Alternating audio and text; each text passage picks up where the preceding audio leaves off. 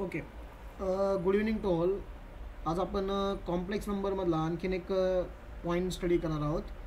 So आज आपण जो पॉईंट डिस्कस करणार आहे ते De Moivre's theorem. MOIVR, De Moivre's theorem. Okay. आता ही थेरम ॲप्लिकेबल कशासाठी बघा. सो डी मोर्स थेरम आपण यूज करणार आहे to find out the higher power of complex number. Okay. जर कॉम्प्लेक्स नंबर समजा हायर पॉवरमध्ये जर असेल तर to solve that higher power of complex number त्यासाठी आपण काय यूज करणार आहे, De Moivre's theorem. Okay. So याचा एक सिम्पल रूल आहे. सपोज जर तुम्हाला एखादा कॉम्प्लेक्स नंबर दिलेला असेल, सपोज एखादा नंबर आहे Z is equal to A+IB. Okay. हा कॉम्प्लेक्स नंबर आहे. बट सपोज याचा तुम्हाला पॉवर दिला आहे N. ओके. हे मला फाइंड आउट करायचं आहे आता, म्हणजे मला A+IBचा पॉवर N आहे. सो हा मला सिम्प्लिफिकेशन करायचं आहे ह्या कॉम्प्लेक्स नंबरचं. मला त्याची व्हॅल्यूज फाइंड आउट करायची आहे. ठीक आहे. सो ज्यावेळेस आपण हे कॉम्प्लेक्स नंबर फाइंड आउट करणार आहे बघा, त्याची जी काय व्हॅल्यू असणार आहे ती व्हॅल्यू ज्यावेळेस आपण फाइंड आउट करणार आहे. सो फाइंड आउट करण्याच्या वेळेस पहिल्यांदा काय करायचं आहे, पहिली स्टेप आपली असणार आहे की याला पोलार फॉर्ममध्ये कन्वर्ट करायचं आहे. Convert into polar form. Okay. First step काय असणार आहे, convert to polar form. Direct जर पोलार फॉर्म असेल तर तरी नो प्रॉब्लेम. ओके. पोलार फॉर्ममध्ये नसेल, असा असेल किंवा एक्सपोनेन्शियल फॉर्ममध्ये असेल तर त्याला अगोदर पोलार फॉर्ममध्ये कन्वर्ट करायचं आपल्याला. So already we have discuss to how to convert into polar form. ठीक आहे. सो हा आपला तो कॉम्प्लेक्स नंबर आहे. करेक्ट. सो त्याला आपण अगोदर पोलार फॉर्ममध्ये कन्वर्ट करू. समजा याला आपण Z is equal to A+IB consider केलं आहे. समजा पोलार फॉर्मसाठी समजा मी तो नंबर ॲज अ Z1 घेतला. ओके. नोटेशन वापरलं मी A+IB. अजून मी ब्रॅकेट रेज टू N नाही घेतला, फक्त मी A+IB घेतला. ओके. याला मी पोलार फॉर्ममध्ये कन्वर्ट केलं. सो पोलार फॉर्ममध्ये काय होईल, Z1 is equal to R in bracket, काय फॉर्म्युला आहे तो, cos theta plus I sine theta. ठीक आहे. किंवा नोटेशनमध्ये मी थोडंसं चेंजेस करतो. समजा याला मी Z कन्सिडर करतो आणि जो आपल्याला फाइंड आउट करायचा आहे ना तो समजा झेडचा पॉवर, हा की झेडचा पॉवर मला N फाइंड आउट करायचा आहे suppose. Okay.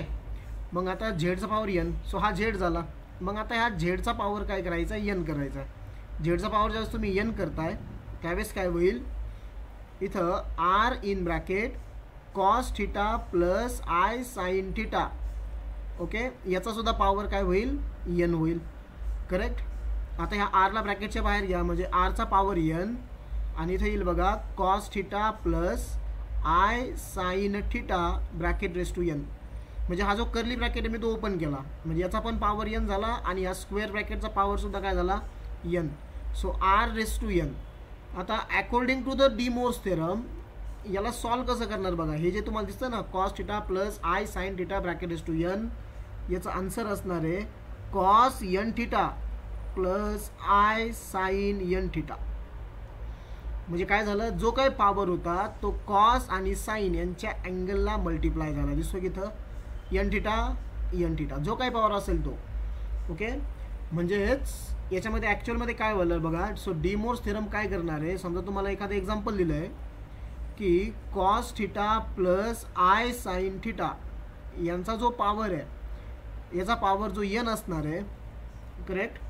So D Moivre's theorem वापरल्यानंतर ह्या Nने काय करायचं आहे, फक्त त्यांच्या अँगलला मल्टिप्लाय करायचं आहे. म्हणजे काय होईल, cos N theta plus I sine N theta bracket raise to N जो होता तुमचा हा, तो इथं मी अँगलला काय केला, मल्टिप्लाय केला. ठीक आहे. सो याला म्हणणार आपण डी मोर्स थेरम. जे आत्ता जॉईन झाले त्यासाठी पुन्हा सांगतो, आज आपण कॉम्प्लेक्स नंबरमधला नेक्स्ट पार्ट स्टडी करतोय, डी मोर्स थेरम. हा कायसाठी यूज केला जातो, to find out the higher power of complex number. बरोबर. समजा झेडचा पॉवर 2 आहे, झेडचा पॉवर 3, आपण त्याला फाइंड आउट करू शकतो.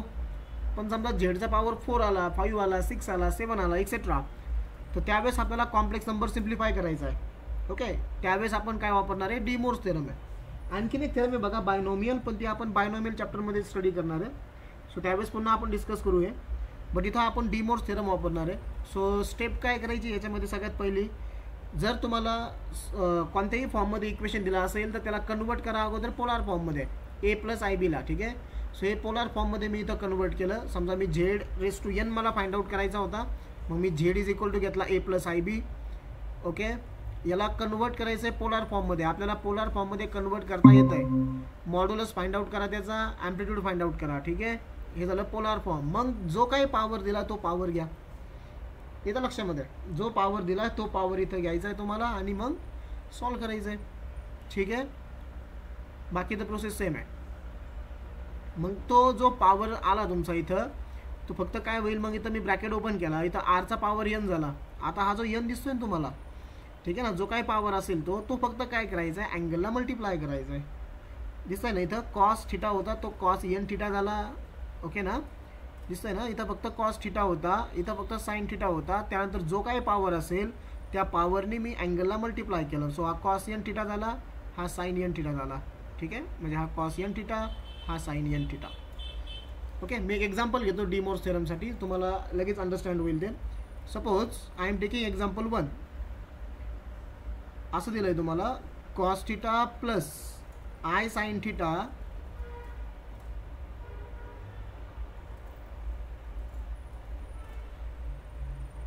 I sine theta bracket raise to suppose तुम्हाला दिला आहे 7.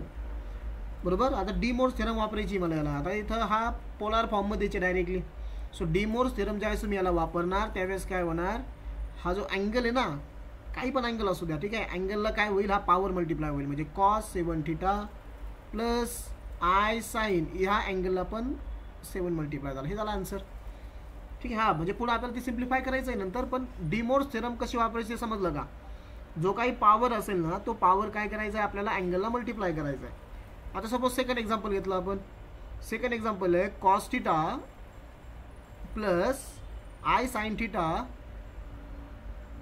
ब्रॅकेट रेस टू -2 आहे सपोज. ठीक आहे, मला डी मोर्स थेरम वापरायची इथं. मग काय होईल, इथं पॉवर किती आहे आता -2. -2ने ह्या अँगलला मल्टिप्लाय करा, म्हणजे काय झालं, cos of -2 theta plus I sine -2 theta. Okay, so here we get the answer. Very simple. समजलं सगळ्यांना डी मोर्स थेरम कशी वापरायची आहे. अगोदर पोलार फॉर्ममध्ये कन्वर्ट करायचं आणि जो काही पॉवर दिला त्या पॉवरने काय करायचं, आपल्याला अँगलला मल्टिप्लाय करायचं आहे. ओके, सो खूप सिम्पल आहे बघा हे. ठीक आहे, ओके. सो आता एक्झरसाइजमध्ये 2 क्वेश्चन आहेत बघा. एक्झरसाइज कोणती, आता ही एक्झरसाइज आहे 1.4. Okay, De Moivre's theorem exercise 1.4 मध्ये येतात त्याचे क्वेश्चन्स. यामध्ये 2 क्वेश्चन्स आहे, क्वेश्चन नंबर 7 आणि क्वेश्चन नंबर 8. सो दोन्ही पण आपण डिस्कस करणार आहेत. ठीक आहे, हे समजलं डी मोर्स थेरम कशी वापरायची आहे. खूप सिंपल आहे बघा. जर तुम्हाला ए प्लस आय बीच्या फॉर्ममध्ये किंवा एक्सपोनेन्शियलच्या फॉर्ममध्ये जर प्रॉब्लेम दिला तर सगळ्यात अगोदर त्याला पोलार फॉर्ममध्ये कन्वर्ट करायचं, एवढं लक्षात ठेवा. आणि एकदा पोलार फॉर्ममध्ये कन्वर्ट केलं की मग जो काय पॉवर आहे त्या पॉवरने अँगलला फक्त मल्टिप्लाय करा. This is the D Moivre's theorem. Use कशासाठी होतोय त्याचा, to find out the higher power of complex number. जर तुम्हाला कॉम्प्लेक्स नंबरमध्ये हायर पॉवर दिले असेल तर त्यांचं सोल्युशन फाइंड आउट करण्यासाठी. ओके, मग इथं मी सिंपल 2 एक्झाम्पल घेतले. इथं पॉवर 7 होता तर 7 अँगलला मल्टिप्लाय झाला. इथं -2 पॉवर होता, -2 इथं अँगलला काय झाला, मल्टिप्लाय झाला. ठीक आहे, ओके. सो याच्यावरचे जे क्वेश्चन्स आहे बघा डी मोर्स थेरमवरचे, ते एक्झरसाइज किती सांगितलं मी तुम्हाला, 1.4 मध्ये येतात. ठीक आहे, त्यातला क्वेश्चन नंबर 7 आपल्याला अगोदर घ्यायचा आहे. सो मी स्टेटमेंट लिहितो बघा. क्वेश्चन नंबर 7 काय, use de Moivre's theorem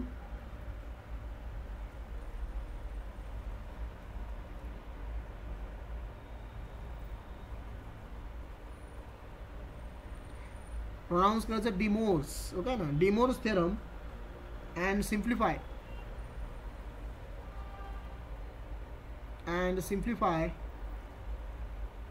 the following. ठीक आहे, त्यामधला पहिला क्वेश्चन आहे cos 2 theta plus I sine theta bracket raise to 7 divided by cos 4 theta plus I sin 4 theta i sine 4 theta bracket raise to 3. ठीक आहे, याला मला सिम्प्लिफाय करायचं आहे. ओके ना. ओके, सो बघा, so we can write here de Moivre's theorem वापरायची आपल्याला. सो पॉवर जो असतो ना, तो पॉवर अँगलला काय होणार आहे, मल्टिप्लाय होणार आहे. म्हणजे न्यूमरेटरला काय होईल बघा, कॉस इथं 2 × 7 बरोबर ना. अँगल किती इथं 2 थीटा आहे. सो अँगलला कितीने मल्टिप्लाय करायचं, 7 ने. सो किती होईल 7 ने मल्टिप्लाय केल्यावरती, येस करा डायरेक्ट 14 थीटा प्लस इथं आय साइन, याला पण काय करायचं आहे तुम्हाला आता, इथं माझ्याकडून 2 लिहायचं राहिला, इथं 2 थीटा पाहिजे, इथं पण 2 थीटा आहे. Cos 2 theta plus I sine 2 theta, angle same असतात. आता हा परत 2 थीटा आहे. 2 थीटा × 7 किती परत इथं 14 थीटा. ओके, डिवायडेड बाय खाली 3 ने मल्टिप्लाय करायचं. इथं काय होईल बघा, कॉस बोला 4 × 3 किती 12 थीटा प्लस आय साइन, इथं पुन्हा 4 × 3 किती 12 थीटा. ठीक आहे, आता हे बघा इथं डायरेक्टली आता हे सॉल्व कसं होणार आहे. आता तुम्हाला मी एक्सपोनेन्शियल फॉर्ममध्ये घेऊन जर एक्सप्लेन केलं तर तुमच्या डायरेक्टली लक्षात येईल की इथं कॅल्क्युलेशन तुम्हाला कसे करायचे आहेत. ओके, मग ते तुम्ही ह्या प्रॉब्लेममध्ये डायरेक्टली यूज करू शकता. ओके, आता हे बघा मी थोडंसं तुम्हाला आता एक्सपोनेन्शियल फॉर्मकडे नेतो. हाच जर प्रॉब्लेम मला जर एक्सपोनेन्शियल फॉर्ममध्ये जर लिहायचा असेल, एक्सपोनेन्शियल फॉर्म, एक्सपोनेन्शियल फॉर्म काय असतो, आता हे थोडंसं मी तुम्हाला एक्स्ट्रा सांगतो. हे म्हणजे याच्या पुढची स्टेप कशी येते याचं रिझन सांगतो मी तुम्हाला. आता हाच जर प्रॉब्लेम मला एक्सपोनेन्शियल फॉर्ममध्ये लिहायचा असेल, प्रॉब्लेम बरं का, हा गिवन प्रॉब्लेम, तर तो कसा येईल, वरची टर्म काय येईल, हे बघा इथं काय cos 2 theta plus I sine 2 theta bracket raise to 7 आहे. येते लक्षात तुमच्या. म्हणजे त्याला तुम्ही असं लिहू शकता का रे, आरची व्हॅल्यू तो 1 आहे, तर आर नाही म्हणजे आरची व्हॅल्यू 1 आहे. एक्सपोनेन्शियल फॉर्म असतो आपला Z is equal to R into e raise to i theta असतो. बरोबर आहे, झेड इज इक्वल टू काय असतं, R into e raise to i theta असतो. हे आपल्याला ऑलरेडी माहिती आहे. बरोबर, मग आता याला मला काय करायचं आहे, कोणत्या फॉर्ममध्ये लिहायचं आहे मला, याला एक्सपोनेन्शियल फॉर्ममध्ये लिहायचं आहे. येतं लक्षात, एक्सपोनेन्शियल फॉर्ममध्ये. म्हणजे काय होईल बघा, एक्सपोनेन्शियल फॉर्ममध्ये जर लिहिलं तर वरच्या इक्वेशनला, yes Z is equal to आरची व्हॅल्यू 1 आहे बरोबर. So e i as it is, theta किती दिला आहे तुम्हाला, सपोज किती आहे 2 थीटा दिला बरोबर ना. अरे कळतं आहे का, थीटा तुम्हाला किती दिला आहे बघा, इथं 2 थीटा दिलेला आहे बरोबर. आता त्याचा पॉवर 7 आहे. ओके, आणि एकच मिनटं, झेड झाला बघा e raise to i raise to 2 theta, आणि त्याचा पॉवर आपल्याला 7 दिला आहे, आणि खाली पॉवर 3 थीटा दिला आहे. पॉवर दिला आहे बघा 3. जस्ट वेट, म्हणजे हे किती होईल. ओके, प्रॉब्लेमला नाही कन्वर्ट करत मी याला कन्वर्ट करतो, सॉरी एकच मिनटं, याला मी रिमूव्ह करून घेतो. प्रॉब्लेम नाही, ही जी स्टेप आली ना आपली, ह्या स्टेपला मला कन्वर्ट करायचं आहे एक्सपोनेन्शियल फॉर्ममध्ये. सो हे मी रब करून टाकतो. सो तुमचं एक लक्षात येईल की पुढची स्टेप येणार कशी आहे. हां, याला मला एक्सपोनेन्शियल फॉर्ममध्ये करायचा, प्रॉब्लेम नाही. प्रॉब्लेम मी तुम्हाला ऑलरेडी सांगितलं की डी मोड्स थेरम वापरण्यासाठी मला प्रॉब्लेम पोलार फॉर्ममध्ये पाहिजे.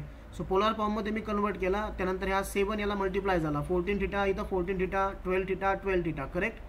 आता ज्यावेळेस एक्सपोनेन्शियल फॉर्ममध्ये लिहायचं आहे त्यावेळेस तुम्हाला ही स्टेप लिहायची आहे. ओके, याला मी मार्क करतो, ही स्टेप मला एक्सपोनेन्शियल फॉर्ममध्ये लिहायची आहे. ओके, आरची व्हॅल्यू 1 आहे, सो आर सोडून द्या.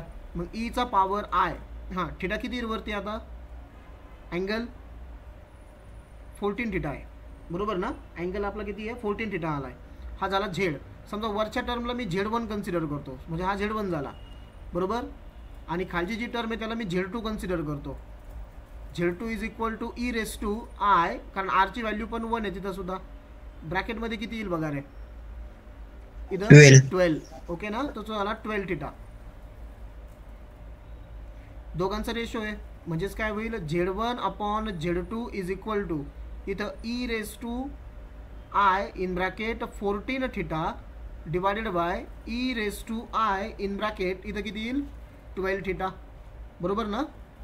कारण Z2चा पॉवर 12 थिटा आहे आणि Z1 जो होता त्याचा पॉवर 12 थिटा आहे. ओके, आता आपल्याला माहिती आहे बघा, बेस सेम आहे, काय बेस ई आणि 2 नंबरची डिव्हिजन आहे. 2 नंबरची जर डिव्हिजन असेल आणि बेस जर सेम असेल तर पॉवरची काय होत असती, सबस्ट्रॅक्शन. बरोबर. सो वरती पॉवर किती आहे 14 थिटा मायनस खाली पॉवर किती आहे 12 थिटा इंटू हा आय कॉमन ठेवला बाहेर. बरोबर. म्हणजे किती होईल हा Z1 upon Z2 14 theta minus 12 theta किती झाला 2 थिटा इंटू आय. आता याला परत कशामध्ये कन्वर्ट करा, पोलार फॉर्ममध्ये. मग पोलार फॉर्ममध्ये काय होईल, परत आरची व्हॅल्यू 1 आहे, cos 2 theta plus I sine 2 theta. कारण अँगल किती आला आपला 2 थिटा आला. समजलंय. हे बघा, हे मी तुम्हाला एवढं एक्सपोनेन्शियल फॉर्ममध्ये घेऊन का सांगितलं, कारण याच्यानंतरची जी स्टेप आहे ना, मी तर तुम्हाला मार्क केलेलं आहे बघा, याला तुम्ही डायरेक्ट लिहू शकता. सो डायरेक्ट कसं लिहायचं ते तुम्हाला सांगण्यासाठी, ते येतं आहे कसं हे मला तुम्हाला एक्सप्लेन करायचं होतं. सो एक्सपोनेन्शियल फॉर्म आपल्याला दिला, म्हणजे आपण याचा कन्वर्ट केला. एक्सपोनेन्शियल फॉर्म असतो Z is equal to R into e raise to i theta. Correct. Z1 मला लिहायचं आहे बघा, वरच्या टर्मला मी Z1 कन्सिडर केलं, e into i theta. Theta म्हणजे अँगल किती बघा, इथं 14 थिटा होता. सो 14 थिटा लिहिला थिटाच्या जागेवरती. आणि Z2 खालच्या डिनॉमिनेटरच्या याला मी Z2 कन्सिडर केलं आणि तिथलचा अँगल किती आहे 12 थिटा आहे. सो तिथं मी 12 थिटा लिहिला. मग Z1 upon Z2 is equal to काय झाला, e raise to i 14 theta upon e raise to i 12 theta. बरोबर. इथं पण ई बेस आहे, इथं पण ई बेस आहे, बेस सेम आहे, दोघांची डिव्हिजन आहे, तर पॉवरची काय होत असते सबस्ट्रॅक्शन. बेसिक पॉवर रूल माहिती आहे तुम्हाला, तो पॉवर रूल काय असतो. ओके, समजा एचा पॉवर एम आहे आणि डिवायडेड बाय एचा पॉवर एन आहे, बेस सेम आहे बघा ए, तर पॉवरची सबस्ट्रॅक्शन होत असते, एचा पॉवर एम मायनस एन. हा फॉर्म्युला असतो आपला. सो तो फॉर्म्युला मी इथं यूज केला. ठीक आहे. म्हणजे 14मधून काय मायनस झाला 12 मायनस झाला, किती झालं 2 थिटा. याला परत मी पोलर फॉर्ममध्ये कन्वर्ट केलं, म्हणजे किती आलं cos 2 theta plus I sine 2 theta. आता कन्क्लुजन मला काय सांगायचं लक्षात घ्या. आता ही जी स्टेप आली होती ना, ह्या स्टेपनंतर काय होईल की न्यूमरेटरला जो काही तुम्हाला अँगल दिसतोय ना 14 थिटा, याच्यातून काय करायचं आहे डिनॉमिनेटरचा अँगल मायनस करायचा आहे फक्त. ओके. हे जे मी एक्सपोनेन्शियल फॉर्ममध्ये एवढं जे काही लिहिलं हे तुम्ही एक्झामला नाही लिहिलं तरी चालेल, पण तुम्हाला कळायला पाहिजे होती की हे येतं कसं आहे आन्सर. हे आपलं फायनल आन्सर आहे. ठीक आहे. याला मी एक्सपोनेन्शियल फॉर्ममध्ये कन्वर्ट करून परत पोलार फॉर्ममध्ये कन्वर्ट केलं, हे आपलं फायनल आन्सर आहे. पण तुम्ही ह्या स्टेप स्किप करून डायरेक्ट ह्या स्टेपनंतर काय यायला पाहिजे तर ते मला तुम्हाला सांगायचं होतं. म्हणजे आपला आन्सर जे 2 थिटा आलं आहे ना, म्हणजे इथं बघा वरती 14 थिटा आहे, खाली 12 थिटा आहे. म्हणजे ॲक्च्युअलमध्ये काय झालं, वरच्या अँगलमधून म्हणजे न्यूमरेटरच्या अँगलमधून डिनॉमिनेटरचा अँगल काय झाला मायनस झालेला आहे. ओके. सो मग आता नेक्स्ट स्टेप काय लिहायची, हे जे मी तुम्हाला सांगितलं एक्सपोनेन्शियल फॉर्मचं जेवढं रेड पेनमध्ये मी लिहिलं आहे, ओके, हे फक्त तुम्हाला समजण्यासाठी की ही जी माझी सेकंड स्टेप आलेली आहे ना, ज्याला मी इथं टिक केलं आहे बघा, याच्यानंतरची स्टेप कशी येणार आहे. ओके. याला मी पुन्हा आता ब्ल्यू पेन वापरतो आपला. ओके. म्हणजे आपली 3rd नंबरची स्टेप. आता पुढची स्टेप काय लिहायची बघा, कॉस वरचा अँगल किती होता 14 थिटा, त्यामधून काय मायनस करा 12 थिटा प्लस आय साइन वरचा अँगल किती होता 14 थिटा, तिथून काय मायनस करा 12 थिटा. म्हणजे आपलं फायनल आन्सर किती झालं रे, कॉस 14 मायनस 12 किती, cos 2 theta plus I sine 2 theta. हे झालं फायनल आन्सर. आणि तेच आन्सर आपण कसं येतं आहे हे मी तुम्हाला एक्सपोनेन्शियल फॉर्ममध्ये घेऊन सांगितलं आहे. ठीक आहे. समजलं का सगळ्यांना. येस. साक्षी, त्यानंतर श्रावणी. हो सर. समजलं ना. Yes sir. ओके. म्हणजे तुम्हाला एक्झामला काय करायचं माहिती आहे का रे, हे बघा इथं डिमोर्स थेरम तुम्ही वापरणार. डिमोर्स थेरममध्ये काय करणार तुम्ही, अँगलला डायरेक्टली ह्या पॉवरनी मल्टिप्लाय करणार.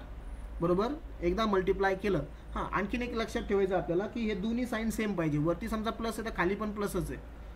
ठीक आहे. प्लस नसेल तर काय करायचं हे मी तुम्हाला नेक्स्ट प्रॉब्लेममध्ये सांगणारच आहे.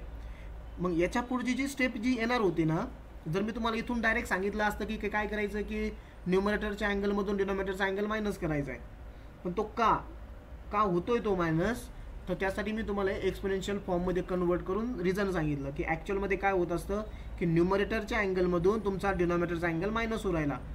बरोबर. आणि मग हे जेवढं मी रेड पेनने लिहिलं आहे तेवढं तुम्ही स्किप करू शकता आणि डायरेक्टली मग एक्झामला ही 3rd स्टेप लिहायची आहे, न्यूमरेटरच्या अँगलमधून डिनॉमिनेटरचा अँगल मायनस करणे. ओके. ओके. ठीक आहे. आता मी सेकंड प्रॉब्लेम घेतो एक. आता हा सेकंड प्रॉब्लेम एक्झरसाइजमधला नाही आहे. इथलचा जो काल पेपर झाला बघा इथं मुलांचा, म्हणजे कॉलेजचा, तिथं विचारलेला त्यांच्या क्वेश्चन पेपरमध्ये विचारलेला क्वेश्चन आहे. सो डी मोर्स थेरम वापरूनच सिम्प्लिफाय करायचं होतं. सो क्वेश्चन असा आहे आता, cos 3 theta plus I sine 3 theta bracket raise to 3 divided by cos 2 theta plus I sine 2 theta bracket raise to 2. Okay, याला सॉल्व करायचं आहे. 2 मार्काला त्यांना हा क्वेश्चन आलता एक्झामला. बघा कसं सॉल्व होणार आहे आता. हा डी मोर्स थेरमने अगोदर अँगलला ह्या पॉवरने मल्टिप्लाय करा. सांगा 3 इंटू 3 किती? 9 प्लस आय साइन, पुन्हा इथं 3 इंटू 3 किती? 9. बरोबर. वरती झालं cos 9 theta plus I sine 9 theta. डिनॉमिनेटरला काय होईल बघा, कॉस, इथं पॉवर 2 आहे आता, 2 into 2 4 theta plus I sine 4 theta. आता मला सांगा रे, पुढची स्टेप डायरेक्टली काय लिहू मी? न्यूमरेटरच्या अँगलमधून डिनॉमिनेटरचा अँगल काय होणार इथं? मायनस. बरोबर ना, दोन ठिकाणी साइन सेम आहे. सो कॉस इथं होईल 9 theta minus 4 theta plus I sine 9 theta minus 4 theta. बरोबर. न्यूमरेटरच्या अँगलमधून डिनॉमिनेटरचा अँगल मायनस झाला. किती झालं फायनल आन्सर आपलं? Cos 5 theta plus I sine 5 theta. This is the final answer. समजलं का रे सगळ्यांना? 2 मार्काला विचारलं बाकी सिंपल क्वेश्चन आहे. Okay okay. आता एक थोडासा डिफरंट टाईपचा क्वेश्चन आपल्याला घ्यायचा आहे की आता समजा साइन जर सेम नसेल तर आपलं ट्रिग्नोमेट्री बाकी आहे. सो याच्यामध्ये थोडीशी ट्रिग्नोमेट्री यूज होणार आहे. मी पुन्हा ते एक्सप्लेन करेल की काय यूज होतं इथं. सो क्वेश्चन नंबर 3 आहे, cos 5 theta plus I sine 5 theta divided by cos 3 theta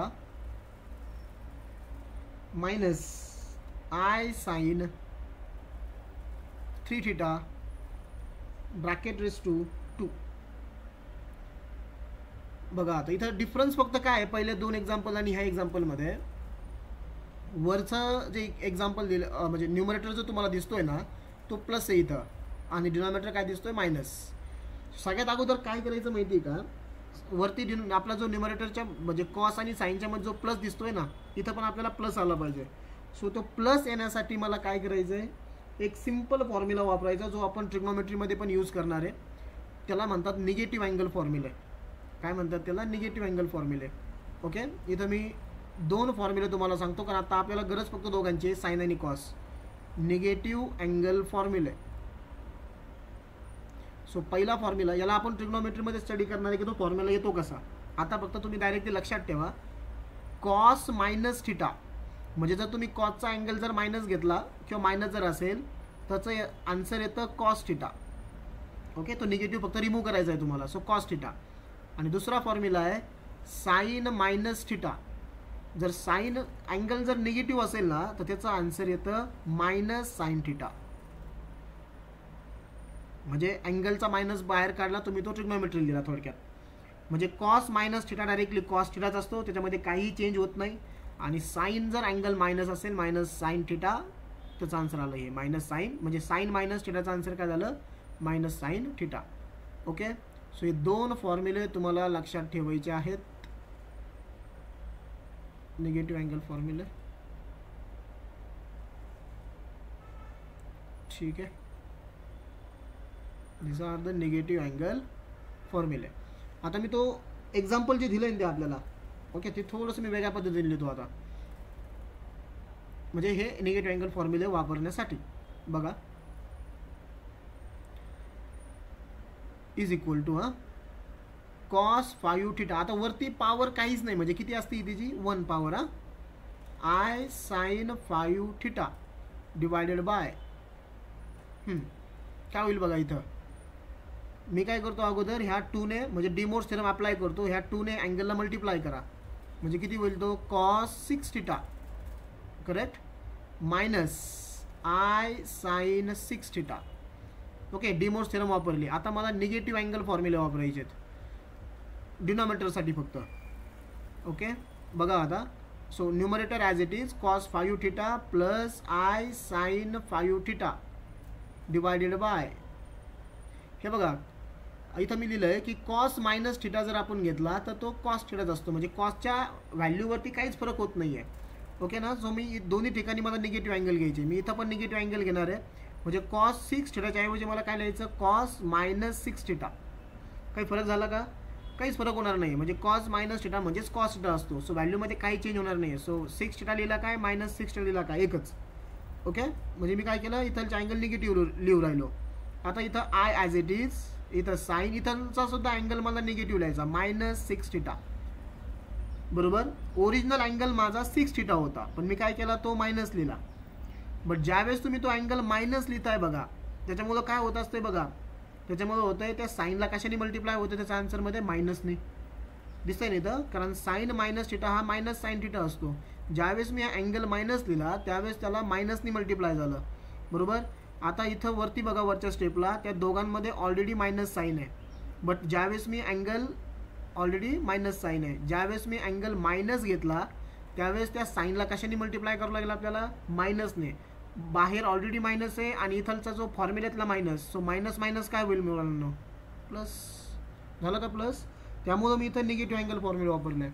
so basically फक्त लक्षात काय ठेवा, ज्यावेळेस वरती प्लस आणि खाली मायनस येतं आहे बघा डिमोर्स थेरम अप्लाय करण्यासाठी, तर मला निगेटिव्ह अँगल फॉर्म्युले वापरायचे आहेत. म्हणजे दिलेले अँगल मला दोन्ही निगेटिव्ह करून लिहायचे. इथं 6 थिटा होता, तो मी मायनस 6 थिटा लिहिला. कॉसचा निगेटिव्ह अँगल केला तर कॉसच्या व्हॅल्यूवर कोणताही फरक होत नाही, तो cos minus theta is equal to cos theta आहे. बट ज्यावेळेस तुम्ही साईन मायनस थिटा लिहिला त्यावेळेस साईनला कशाने मल्टिप्लाय झालं, मायनसने. आणि इथं ऑलरेडी बाहेर मायनस होता, सो तो मायनस आणि हा मायनस काय झाला, प्लस. आता पुढची स्टेप तुम्हाला येते आहे, सांगा पुढच्या स्टेपला काय करायचं आहे आपल्याला, न्यूमरेटरच्या अँगलमधून डिनॉमिनेटरचा अँगल मायनस करायचा आहे फक्त. म्हणजेच काय होईल, कॉस हा 5 थिटा मायनस किती, तो अँगल मायनस 6 थिटा आहे. डिनॉमिनेटरचा अँगल किती आहे, मायनस 6 थिटा आहे.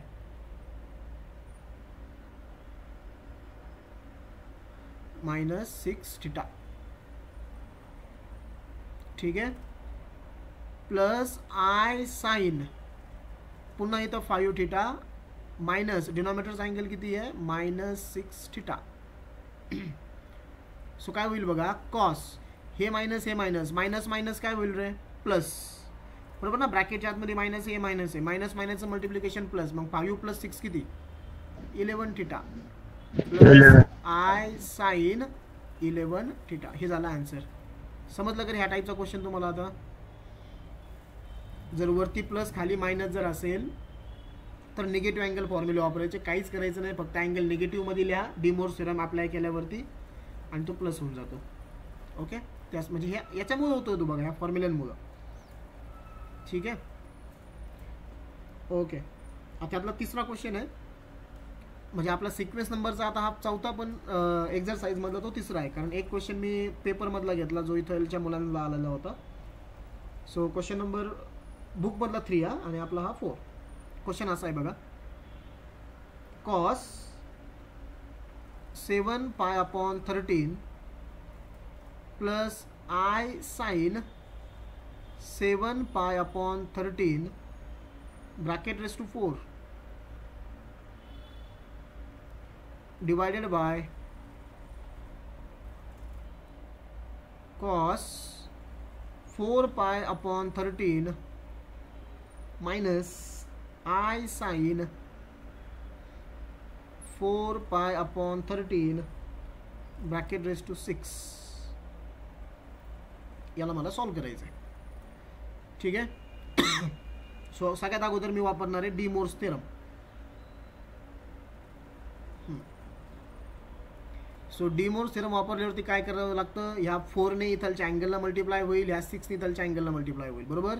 सो बघा न्यूमरेटर काय होईल आता, कॉस 4ने मल्टिप्लाय करायला किती होईल, 7 × 4 28 pi upon 13 plus I sign, पुन्हा इथं 7ला 4ने मल्टिप्लाय करा, म्हणजे अँगलला आपण ॲक्च्युली मल्टिप्लाय करतो तिथं, की नाही. 28 pi upon 13 whole equation divided by, इथं काय होईल बघा, कॉस 6ने मल्टिप्लाय करायचं आहे. 6 × 4 24 पाय अपॉन 13 मायनस साइन आले परत इथं, मायनस आय साइन सांगा किती, 24 पाय अपॉन 13. ठीक आहे, ब्रॅकेट नाही टाकला तरी चालेल कारण निगेटिव्ह अँगल नाही सध्या. हां, सो 24 पाय अपॉन 13 बरोबर. परत जसं आपण तिसरं एक्झाम्पल सॉल्व केलं आहे बघा, त्याच टाईपचं आहे. वरती प्लस आहे, खाली मायनस आहे, दिसतंय ना. सो काय वापरायचं मला इथं, निगेटिव्ह अँगल फॉर्म्युले वापरायचे. So numerator me as it is ठेवतो, cos 28 pi upon 13 plus I sign 28 pi upon 13 divided by, बघा इथं कॉस, फक्त काय करायचं, अँगल निगेटिव्ह करायचा आहे. So minus 24 pi upon 13 correct. इथं आय साइन, इथं पण अँगल काय करायचं आहे, निगेटिव्ह, मायनस 24 पाय अपॉन 13. आता तुम्हाला समजलं आहे बघा, ज्यावेळेस मी इथं निगेटिव्ह अँगल फॉर्म्युले वापरतो त्यावेळेस इथलचा मायनस आणि या साईनच्या बाहेर येणारा मायनस, मायनस मायनस काय होतो इथं प्लस. ओके, एकदा हे प्लस झालं, एकदा प्लस झालं की पुढं काय करायचं आहे, फक्त आपल्याला न्यूमरेटरच्या अँगलमधून, न्यूमरेटरचा अँगल किती आहे, कॉस 28 पाय अपॉन 13 याच्यामधून डिनॉमिनेटरचा अँगल मायनस करायचा. डिनॉमिनेटरचा अँगल किती आहे, minus 24 pi upon 13. Okay, plus I sine न्यूमरेटरचा angle 28 pi upon 13 minus minus 24 pi upon 13. Okay, so cos, आता इथलचं ब्रॅकेट ओपन करा, मायनस मायनस प्लस होईल. इथं डिनॉमिनेटरला 13 आहे, इथं डिनॉमिनेटरला 13 आहे. Denominator common, we can write only one time 13. Okay, वरती किती होईल, इथं 28 पाय मायनस मायनस प्लस 24 पाय बरोबर. हा झाला कॉसचा अँगल, प्लस आय साइन, इथं काय होईल बघा, पुन्हा डिनॉमिनेटर सेम आहे, 13 राईट ओनली वन टाइम. वरती आहे 28 पाय, हे मायनस प्लस झालं 24 पाय. ओके, करा रे ॲडिशन, सांगा कॉस 28 प्लस 24 किती, 52 पाय अपॉन 13 प्लस आय साइन, इथं पण किती होईल 52 पाय अपॉन 13. आता 13चा टेबल तुम्हाला येत असेल बरोबर ना, 13चा टेबल येतो सगळ्यांना, 13 4 चा 50, करेक्ट, 13 4 जा 52.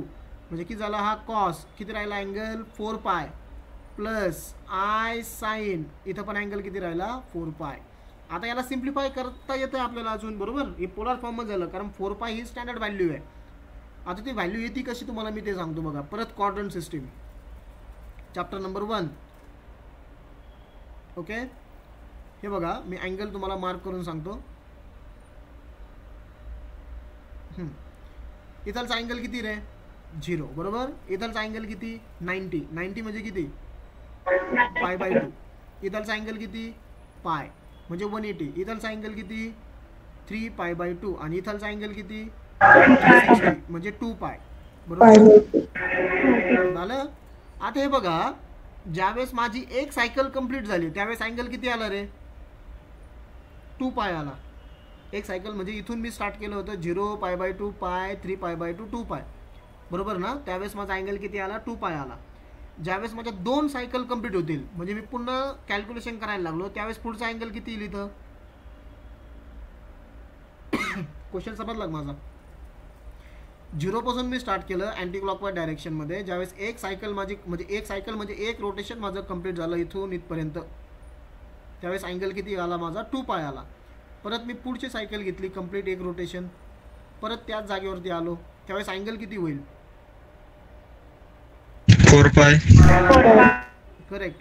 2 पाय म्हणजे 360 डिग्री, 4 पाय म्हणजे 720 डिग्री बरोबर. परत जर मी तिसरा राऊंड घेतला तर पुढचा अँगल किती येईल 6 पाय, त्याचा पुढचा 8 पाय 10 बरोबर. 2 पायने वाढत जातं.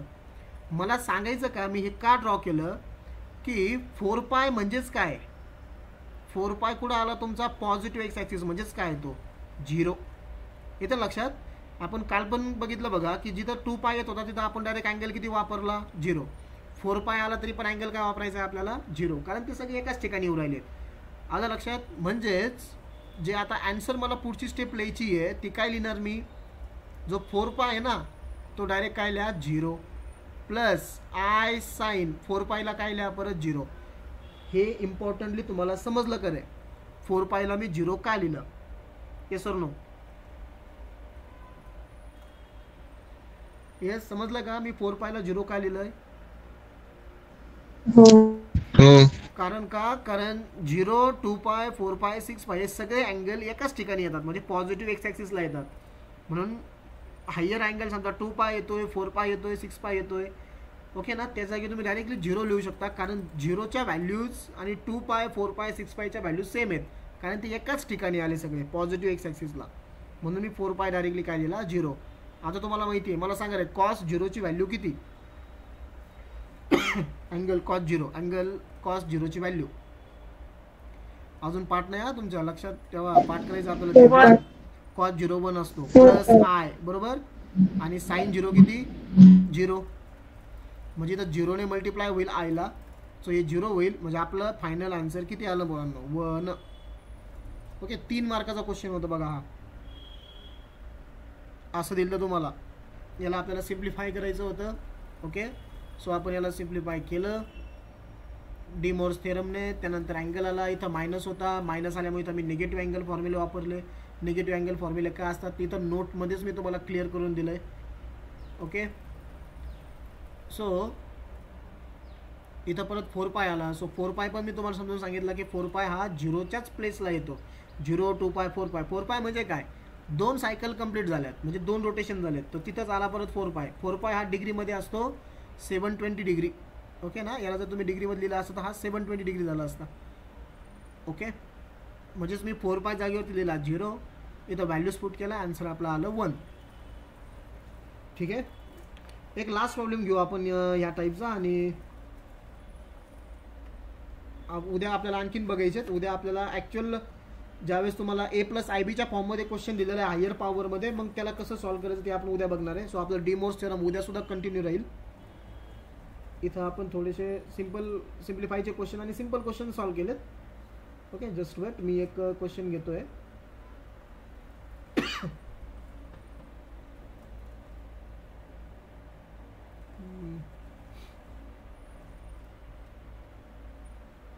हां,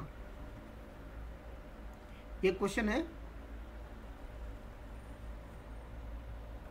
नंबर 5 आपल्या सिक्वेन्समध्ये. क्वेश्चन असा आहे,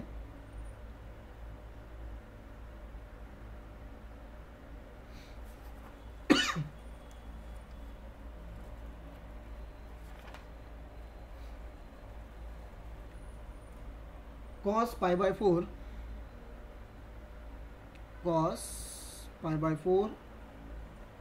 plus I sin pi by 4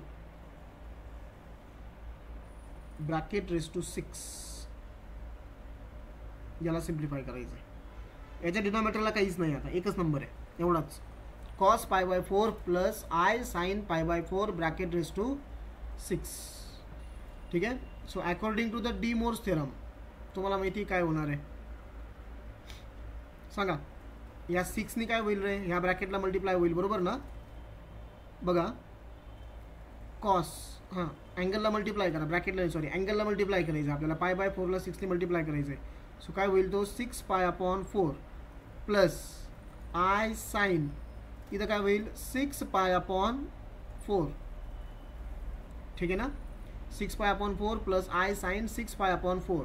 so it is equal to, बघा इथं 2ने डिवाइड होईल, होतं आहे ना 2ने डिवाइड. मी तुम्हाला करून दाखवतो, एकच मिनटं. पेनचा कलर एक चेंज करतो, थिकनेस चेंज करतो. हे बघा 2 2 जा 4, 2 3 जा 6. सिमिलरली इथं 2 2 जा 4, 2 3 जा 6. करेक्ट, म्हणजे काय होईल आता वरती किती राहिला, म्हणजे अँगलच्या जागेवरती किती राहिला इथं cos 3 pi upon 2 plus I sine किती राहिला इथं परत तर 3 पाय अपॉन 2. आणि तुम्हाला दोन्ही व्हॅल्यू माहिती आहेत का, 3 पाय अपॉन 2 म्हणजे 270 डिग्री. हे बी तर मी आता मार्क केलं होतं, हे बघा दिसतोय का, हा 3π/2, 3π/2 आहे हा, डिवायडेड बाय 2 आहे, 3π/2. हा इक्विव्हॅलंट कोणा इतका असतो तो 270 डिग्री. म्हणजे जे 90चे जे व्हॅल्यूज आहेत ना रे, त्या इकडं हे करायचे असतं आपल्याला, 90च्याच व्हॅल्यू ज्या असतील त्या इकडं काय होतात, निगेटिव्ह होतात. म्हणजे इथं वाय ॲक्सिस आहे ना, पॉझिटिव्ह होता, इकडं खाली निगेटिव्ह होणार आहे. सो कॉस 3π/2 म्हणजे कॉस 270. लक्षात ठेवा, जर आपण त्या आपल्या ट्रिग्नोमेट्रीमध्ये बघायचं डिटेलमध्ये. सो कॉस 3π/2 म्हणजे कॉस 270 असतो 0 प्लस आय साईन 3π/2. साईन 3π/2 किती येईल तुम्ही लॉजिकली सांगू शकता मला. साईन 90ची व्हॅल्यू किती असती रे, कोणाला माहिती आहे का? साईन 90, साईन 90 असतो 1. ठीक आहे, 1 साईन 90 असतो 1. मग साईन 270, साईन 91 म्हणतो पॉझिटिव्ह वाय ॲक्सिसला आहे, 270 कुठे आहे, निगेटिव्ह वाय ॲक्सिसला आहे. मग साईन जो 270 ना तिची व्हॅल्यू असते -1. ओके, हे 0 आणि आय इंटू -1 काय झाला, -i is the answer. Okay, so काही बेसिक प्रॉब्लेम आपण सॉल्व्ह केले बघा, फक्त 5च प्रॉब्लेम आहे, बट याच्यामध्ये खूप साऱ्या गोष्टी सांगण्यासारख्या होत्या तुम्हाला. डिमोर्स थेरम तुम्हाला समजली आहे. उद्या आपल्याला आणखीन काही क्वेश्चन सॉल्व्ह करायचे आहेत याच थेरमवरती, आणि त्यानंतर मग आपण चालू करणार आहे complex cube root of unity. Okay, एकदा नोट्स वगैरे बघून घ्या व्यवस्थित आहे. डिमोर्स थेरम आजच्या आज तुम्ही हे क्लिअर करा. एवढे 5-6 प्रॉब्लेम जे काही घेतले तेवढे पुन्हा सॉल्व्ह करून बघा. कुठं काय अडचण असेल तर मला तुम्हाला मी सांगितलं बघा की 11:30 नंतर तुम्ही मला कॉल करू शकता. कॉलिंगवरही मला तुम्ही विचारू शकता, सर मला हे अडचण आलेली आहे म्हणून. 11:30 ते 2च्या दरम्यान तुम्ही मला कधीही कॉल करू शकता. ठीक आहे, त्या टायमिंगमध्ये आपण तुमचे काही डाऊट्स वगैरे असेल तर क्लिअर करू शकतो. किंवा सेशनच्या स्टार्टिंगला जर तुम्ही लवकर जॉईन झाले, कारण मी 10 मिनटं अगोदरच जॉईन होत असतो. आपलं लेक्चर असतं 5:45 ओके, मी 5:35लाच जॉईन होऊन बसलेलो असतो इथं.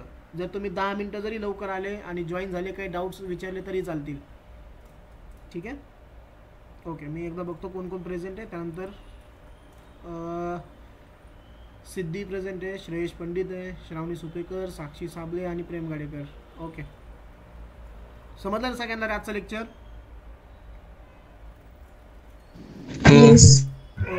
ओके, ठीक आहे. सो एक 10 मिनटं तुम्ही ब्रेक घ्या. 10 मिनटानंतर तुमचं पुढचं सेशन स्टार्ट होऊन जाईल. ओके.